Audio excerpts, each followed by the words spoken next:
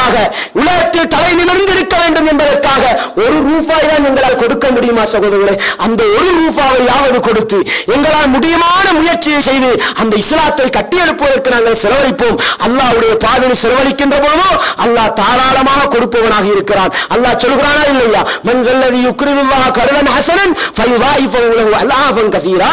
யாரெல்லாம் அல்லாஹ்வுக்கு அழகிய கடன் கொடுக்கிறார்களோ அல்லாஹ்வுடைய அக்கவுண்டிலே, அல்லாஹ்வுடைய பேங்கிலே போட்டு வைக்கிறோம் என்று வைத்துக் கொள்ளுங்கள் சகோதரர்களே, கொடுக்கக்கூடிய ஒவ்வொரு ரூபாய்க்கும் அல்லாஹ் பன்மடங்குகளாக பெருக்கி தருகிறான் என்றால் இதை விட ஒன்று தேவையில்லை சகோதரர்களே. ஒரு பக்கத்தில் நரக விடுதலை, ஒரு பக்கத்தில் பாவ மன்னிப்பு, இன்னொரு பக்கத்தில் பொருளாதாரத்தில் விசீரணம் என்று சொன்னால் இதை விட ஒன்று தேவையா சகோதரர்களே? எனவே சத்திய உழைப்புக்காக வேண்டி, மார்க்க பிரச்சாரத்துக்காக வேண்டி கொடுங்கள் என்று அழைக்கப்பட்டால் கொடுங்கள் சகோதரர்களே.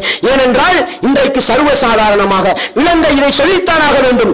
இலங்கை வாழ் முஸ்லிம்களிடத்தில் ஒரு கருத்து இருக்கிறது என்னவென்றால், இந்த கொள்கைவாதிகளுக்கு, தௌஹீத் பேசுபவர்களுக்கு நிறையவே சல்லி கொட்டுகிறது என்று நினைத்துக் கொண்டிருக்கிறார்கள். அன்பான் இஸ்லாமிய சோழே, ரமலானுடைய காலத்தில் கொள்கையை தெளிவாக சொல்ல வேண்டும் என்பதற்காக நாங்களாக சேர்த்து உழைப்போம் என்று சொன்னால், எங்களுடைய சகோதரர்களிடத்தில் சேர்த்து கொடுப்போம் என்றால் அதற்கு கூட கொடுப்பதற்கு வசதி இல்லாத நிறைய சகோதரர்கள் தான் எங்களோடு இருக்கிறார்கள் என்றால், அன்பான் இஸ்லாமிய சோழே, எங்களால் எங்களுடைய காரியங்களை நிறைவேற்ற முடியாத அளவுக்கு பொருளாதார மட்டத்தில் குன்றி போயிருக்கிறோம் சகோதரர்களே. சொல்வது போன்று கொட்டுவதல்ல எங்களுக்கு.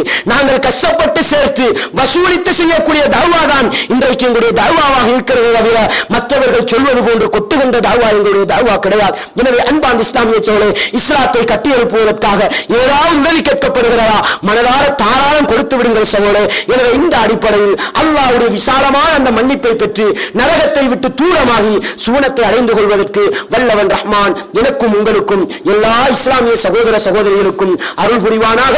நானும் நீங்களும் இந்த உலகத்தில் வாழுகின்ற பொழுது லா இலாஹ இல்லல்லாஹ் முஹம்மதுர் ரசூலுல்லாஹ் என்ற அந்த கலிமாவை உள்ளத்தினால் உறுதி கொண்டு நாவினால் மொழிந்து வாழ்க்கையில் அமல்படுத்தக்கூடியவர்களாகவும் அதே கலிமாவின் உறுதியோடு கடைசி மூச்சை விடுவதற்கும் வல்லவன் ரஹ்மான் எனக்கும் உங்களுக்கும் அருள் புரிவானாக. வ ஆகிர் தஅவானா அல்ஹம்துலில்லாஹி ரப்பில் ஆலமீன்.